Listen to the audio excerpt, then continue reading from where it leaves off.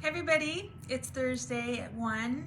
I'm in here at Caceres of Craftiness, and I am here, normally I'm here at 11, but I had a water leak construction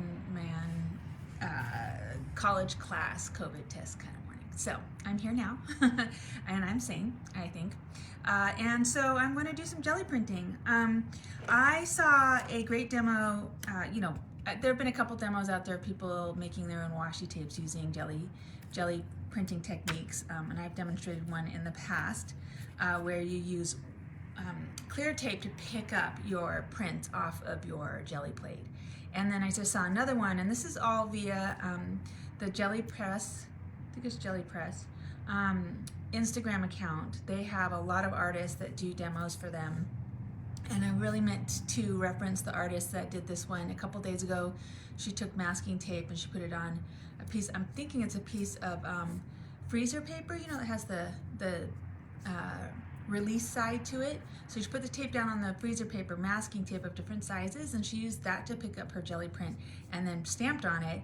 And I thought, that's cool, but I don't really like the texture of masking tape. And then I thought, you know what I have is boxes of these things, Avery labels, which I used to use to make my shipping labels, and then we switched to actual shipping labels, so now I have a box of these sitting around. So I'm just gonna use those. So let's go ahead and get started. Oh, I changed the orientation of this, which I'm now regretting. Okay, there we go. Hopefully you can see this. Hopefully you can see me. My computer just reloaded my video, so yeah, okay. So my usual jelly plate that I've been using recently is a 8 by 10. I think that's 8 by 10.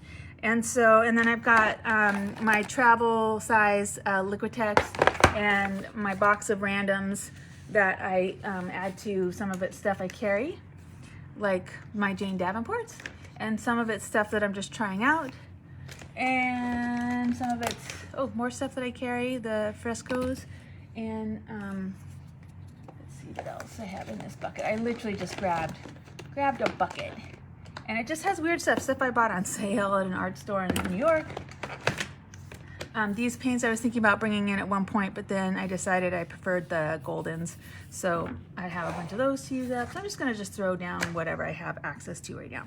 And the point right now, because I'm going to be cutting these up, so I'm going to use a 8.5 by 11 sheet of paper, which is larger than my jelly plate. So I'm actually going to tile a little bit to cover the whole page so I don't have any white spots, because the point isn't to make a print that's complete in itself. I want to cover it completely so that I can cut it into strips, which is what I'll do at the end. So I'm going to start by, so at this point, I'm going to do a couple of pulls that are just one pull prints, which means that I'm going to layer everything on there that I want to have be an element of the page, of the pull. And so I'm going to start with a stencil, and I'm going to stencil, I'm going to pull my paint through the stencil. This is a Dina Wakely stencil that I don't know if it's one of her new ones, but it's new to me. I just brought it into the store recently. We used it during our Jane Davenport journal class the other day, which was, I think, my last class in person before all this craziness exploded again. So I've put that down, and I'm going to give that a second to dry. I have a stack of deli paper to be my sidekick paper today. A sidekick is just a place where you put down, wipe off your brayer, or you can see that I got a nice relief there from the stencil print, which is kind of part of what I love about this process.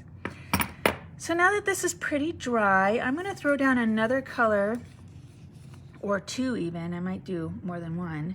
I've got this really pretty peachy color from Jane Davenport, and I'm just going to do this really pinky color from Herbin. This is it's a fine art paint, and Holbein.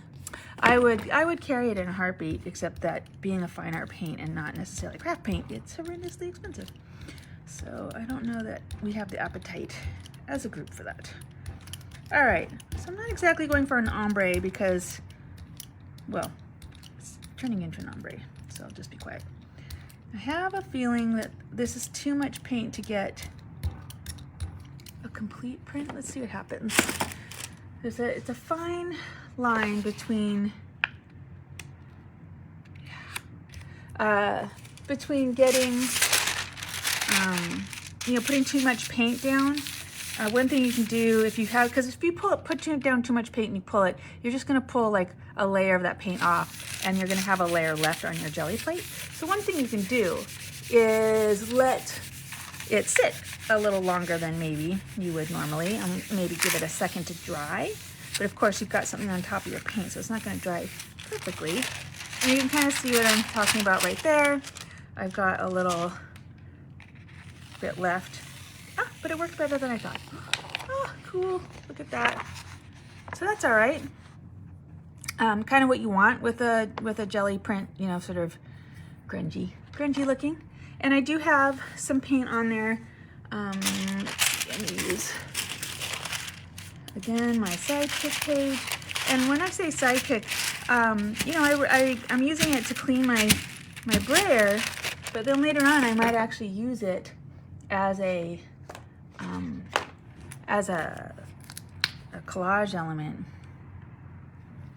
If any of you have been in a class where I've used my Sidekick journal, this is where I just do the same thing. I clean off my brushes or my brayers into it, but it's a journal, and so I end up with a little bit of a unconscious record of what I've been doing. Now this one I just put down some white on top of what was left, with the idea that I'm going to pick up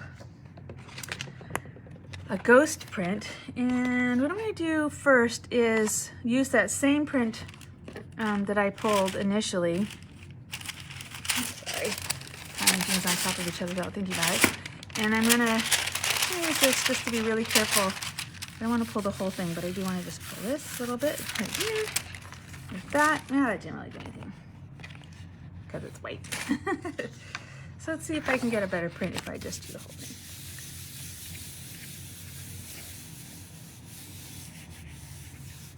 I hope I'm not missing comments, because yesterday people were commenting and I could see them on my phone, but because of my angle I can't read them very well. But they're not coming up on my computer, which is interesting. Okay, that was a little bit of a... Oh, okay. Now, I want to point this out because this is exactly what I was talking about. So I had a layer of white. The white was thick enough that that's what I pulled up on this side, but here I'd pulled up a little bit of that white already, so I actually got the print that I wanted, if you can see.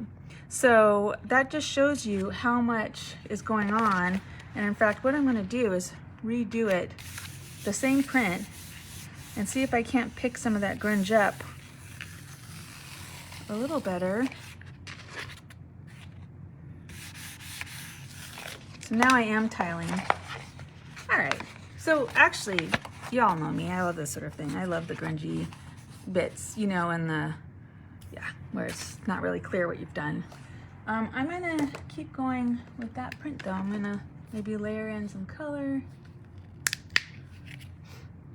I guess I haven't opened this in a while. Now I have paint all over my fingers. There are worse things. Oh, there's still some white left on that, which is fine. Let's knock that back a little bit.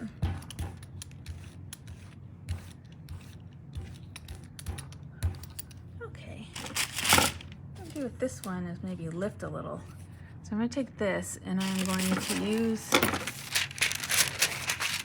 this to lift some of that paint away so that I'm left with some images. And then I'm going to pick this back up with that same print that I was using before. So now I'm building multiple layers onto one print, one at a time, versus doing it all at once on the Geli plate. So that's kind of cool. Got a lot of interaction going on there. I do want to fill these edges though, so I'm going to come along and see about adding a color that will pick some of that up. And so what I'm going to do is add a thin. I'm going to try to go for thin. Here's that same side pick that I was using. You can see it's turning out kind of cool on its own. Now what I'm kind of anticipating, do you see how thin I'm trying to get it? I'm anticipating that it's going to pick up some of these things that, that are left on the plate. I'm going to use the deli paper so that I can rub it without getting paint all over my hands. A very slight consideration on my part, to be honest, because you know me, I like the grungy bits. So now I'm starting to fill in these edge bits to try and get something going to cover the whole page. That's what I want with this. So if you've had a class with me on jelly printing, you know that I advocate for moving the brayer around so that you pick up color instead of just going back and forth over the same thing and it doesn't distribute as well. You want to pick the brayer up and move it around to get better coverage.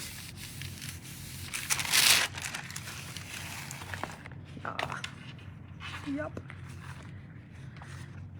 I'm gonna pivot colors though, because that's getting a little dull. So you can see how these colors sort of merged with each other in a way that's muddied. So now I'm gonna just, it's worth noting that these paper artsy colors are frescoes, they're chalk paint. They're also very pigmented, as you can see. Look how dark I got this, doing this. Very little paint. That was very little paint, it really was.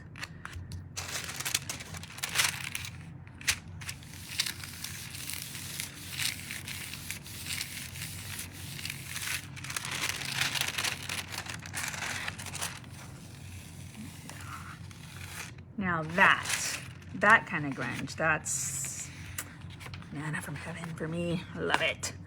And then you know what? I have enough paint left on my brush or my brayer that I'm just going to go ahead and see about picking up some more paint off the plate with this.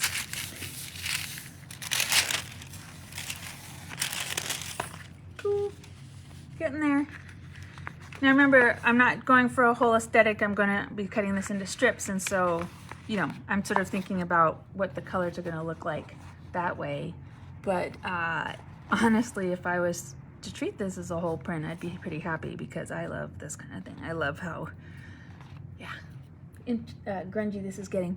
All right, I'm going to do just a teensy bit more with these 2 pages, and then I'm going to show you something else that they demonstrated in the video I'm referencing on the Geli. It's on Instagram. It's the Geli Arts or the Geli Press. It might be Geli Press, but they do videos all the time, and they have the really phenomenal jelly printing artists come on, and including Brigitte, the jelly printing master herself. So if you have Instagram and are interested, I highly recommend taking the time to spend some time on there.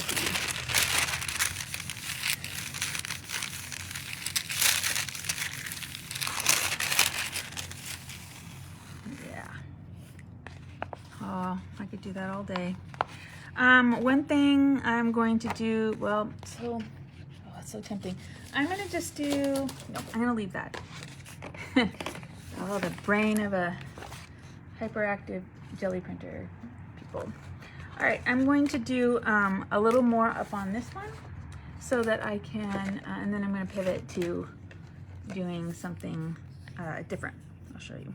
I'll show you. You will see. Again, more of the whole bean. I mean, if you really like these paints, if you're like, oh, I really like that, I wish you had it in the store, let me know, I'll bring them in. I just, I have some paints that are like this, and I don't want to, you know, fill my store with things that don't fit you guys as a consumer set. I like them a lot. So this is me just drying some paint off before I pull the print. Enjoying how that's turning out too. And let's see what happens when I pull this. Again, I'm going to offset it so I go corner to corner.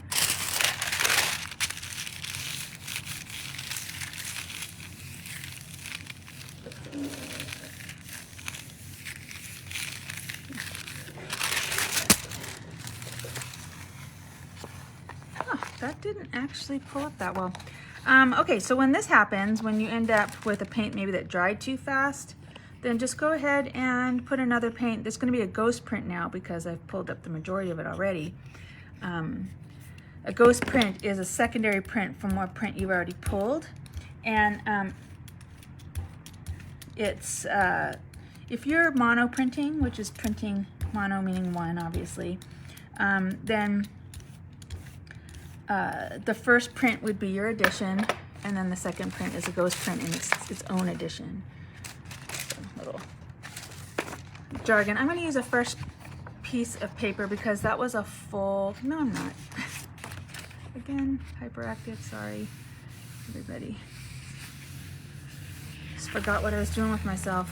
So, here we go. Pulled that up there. I'm gonna pull this little corner here. This is one way to use your Geli print plate to sort of tile onto a page. I actually love how, hey Lois, thanks for saying hi. Sort of give you an idea of like, you know, how you can tile. I'm just gonna go ahead and pull off what's left with another piece because I'm really enjoying how it's happening here.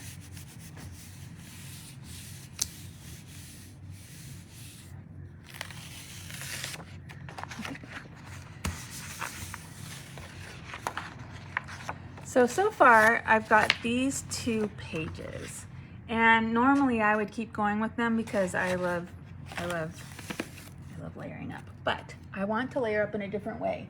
So I know some of you end up with Geli prints that look like this and then are like, what do I do with it now? And so I just want to show you things you can do on top that might come in handy, some ideas that can inspire you. All right, so I thought ahead and actually planned a couple of things to show you guys. One is that I am going to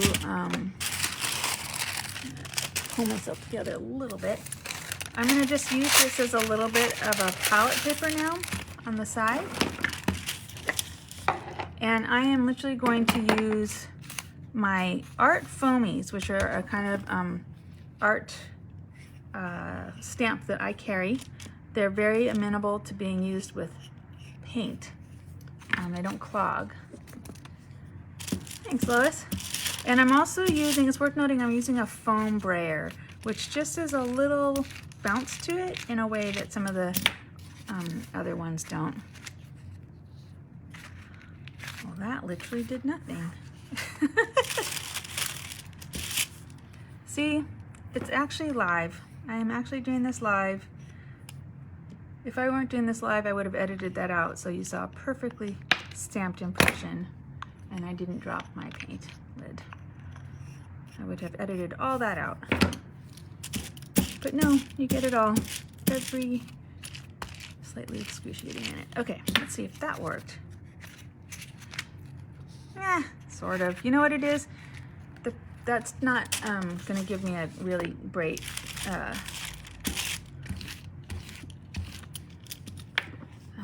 print because it's so little. You get a little bit of it. And if I kept going and covered the whole page with that sort of peachy color with that stamp, it would make a difference. It would create a little veil. But I want something bold. I'm going for some structure here. That's better. This is one of my favorite art foamies stamps. I use this one a lot in a lot of ways. It works really well with my alcohol inks when I do Geli printing because I spritz it and it creates big moments. So that's using an art foamy, and there's, you know, there are other brands. I'm sorry, not art foamy. Art foamies? Yeah, these are art foamies. There's another brand called Joggles that has this sort of thing. So there are a couple of different, you know, big foamy stamp companies out there. But then you can also just come in with, you know, something that has a little graphic element with the stamp. And this is Tim Holtz. It's his faded type set. It's grungy because it's Tim Holtz. I like it because it's Tim Holtz. Obviously, I have a little bit of a thing for Tim Holtz, like we all do. And then I'm using an Archival Ink. This is one of, I believe this is one of Wendy Beachy's colors. And it's a fresh, very fresh, as in I just opened it, stamp. Now remember, I am planning to cut this up into strips. So I'm not worried about how these relate necessarily to each other. I just want there to be a nice distribution of the imagery across what I'm doing. There's that one.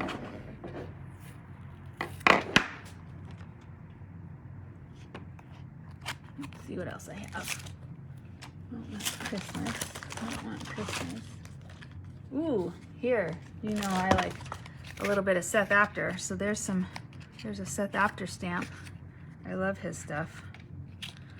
He's very, very sweet guy. If you ever get a chance to watch his lives, say hi in the video chat. He usually says hi back.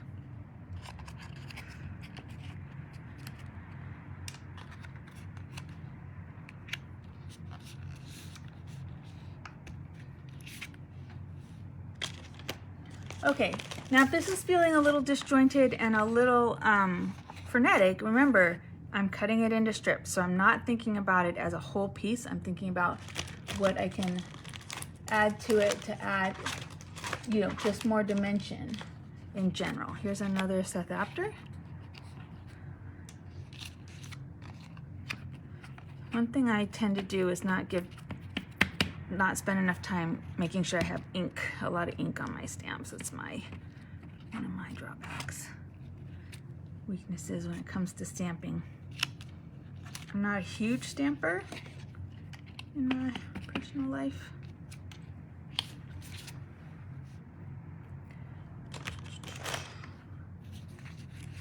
Okay.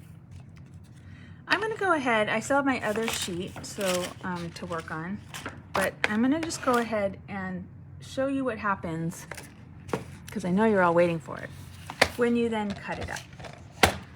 And so at this point, you know, because I've got a sheet and I can cut it to whatever I want, I'm a little compelled to cut it into strips that are measurable because I am a little bit, but you could cut it, you could sit there and cut, you know, wacky strips if you wanted. Like, it doesn't have to be straight, it doesn't have to be a certain size. I'm just feeling a little tiny bit. Okay, so for one thing, I forgot that this particular cutting board has a strip on the side. So there you go. So you can, you know, you went from something as a complete piece like that to now I've got this one strip that's adhesive on the back that I can stick down.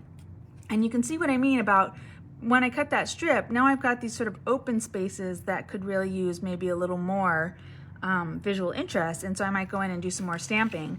So let's see what happens if I cut one that's a little wider that has a little more stamping on it. Yeah, so you can see this one has a lot more visual interest with all of that going on it than that first one. Not that I don't, you know, I don't mind the first one being a little blank.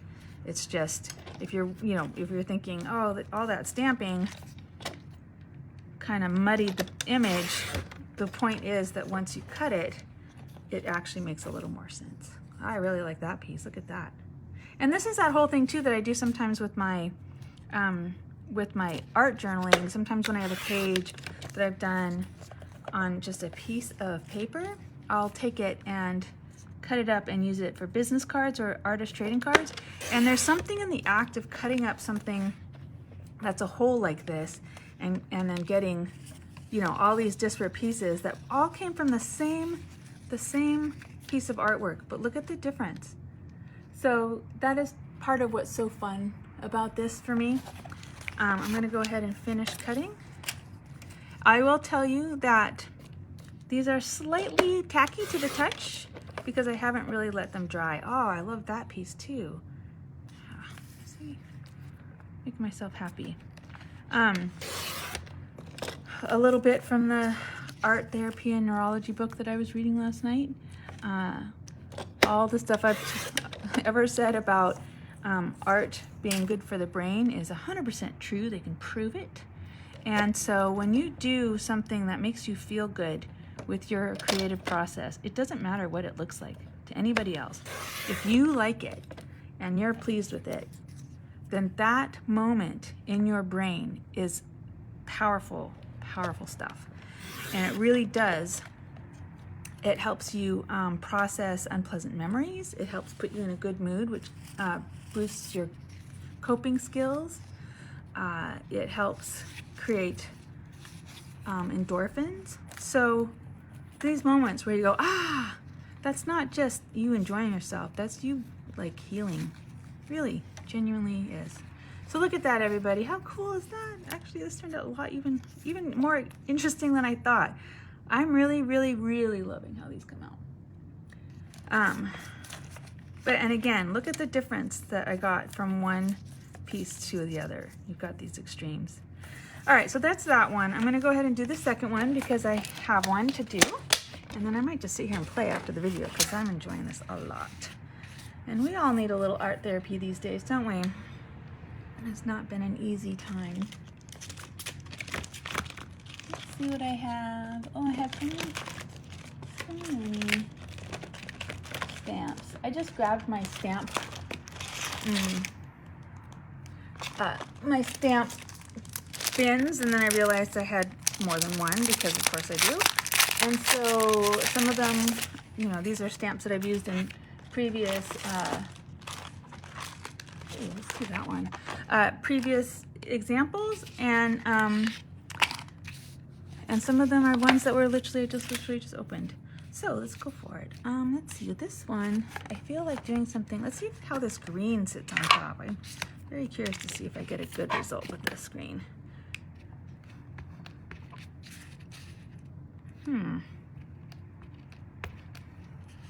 So it looks like, there it is. I was gonna say, it doesn't look quite as pigmented as some of the other stamp inks that I have. A little transparent, these Archival inks.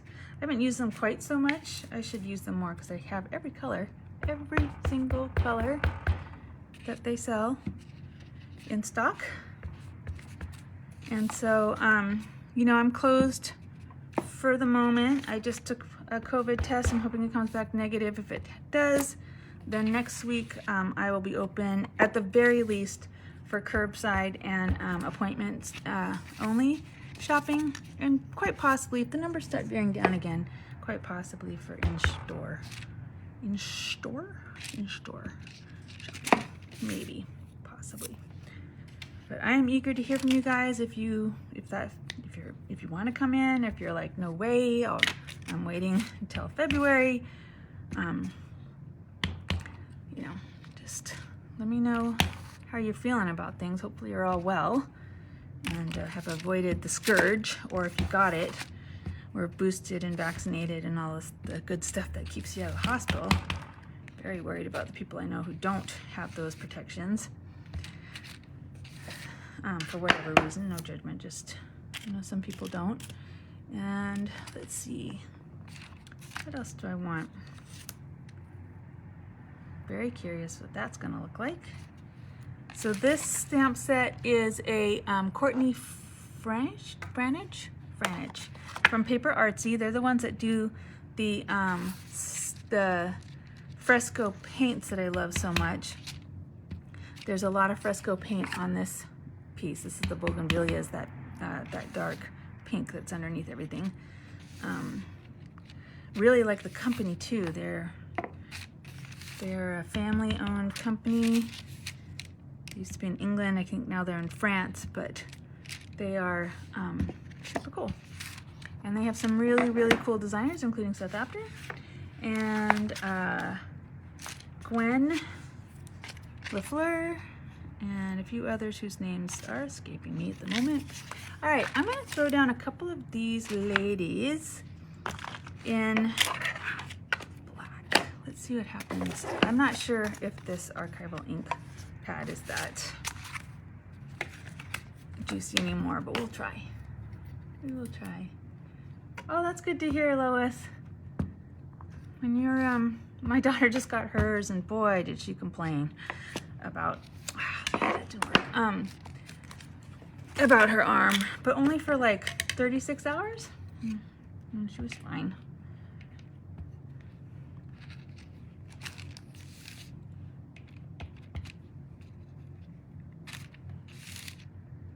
So what's interesting when you use an image like this, it might change how you cut it up, because you might cut it up in a way to try and get these faces on there. And because these are Dana Wakley, images, you know, my washi tape's gonna end up looking a little like Dana Wakley's. Quite possibly. Who knows?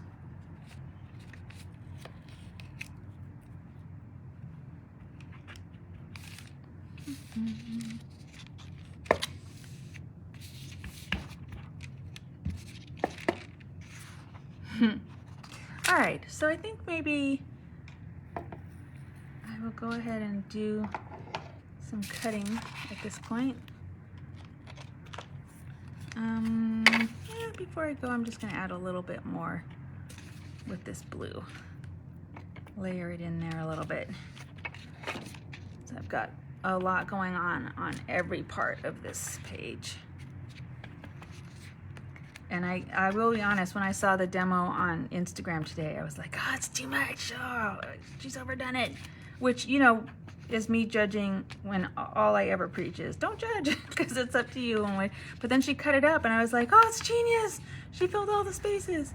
So I'm going to go ahead and fill all the spaces in a way that I maybe wouldn't do if I was doing this as a whole piece. All right. Oh, I'm talking a lot. Yeah, exactly, right? My arm hurt when I got my first shot too. Not so bad on the second one. Or was it the other way around? Anyway, but my daughter, she got it bad. She actually was in bed for a day. Yay, look at that. See? How cute. With the faces. I am thinking about the faces as I cut, trying to preserve maybe. So this cutter, one thing I like about this is that this edge here is the cutting edge. So, you know, I am seeing exactly what I'm going to get when I cut with this one, when I do that. So it kind of gives me a little preview.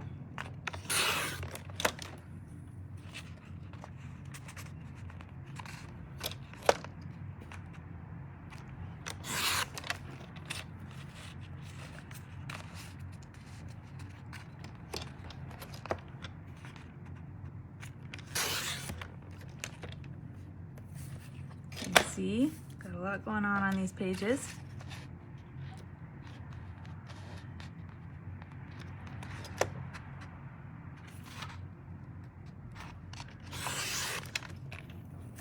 Now, one thing you can do, it's not my favorite, but you can definitely cut wonky strips. I'm not a huge fan of the wonkiness, but that's just me. So I'm gonna do a couple. You know, I say that, but once I cut them, I'm like, that's actually pretty cool, so who knows? Nice pull in there. Okay, so now these are label pages, and so what happened there is I cut really close to a break in the label backing, and so it stripped it there, but it's not, it didn't damage anything at all.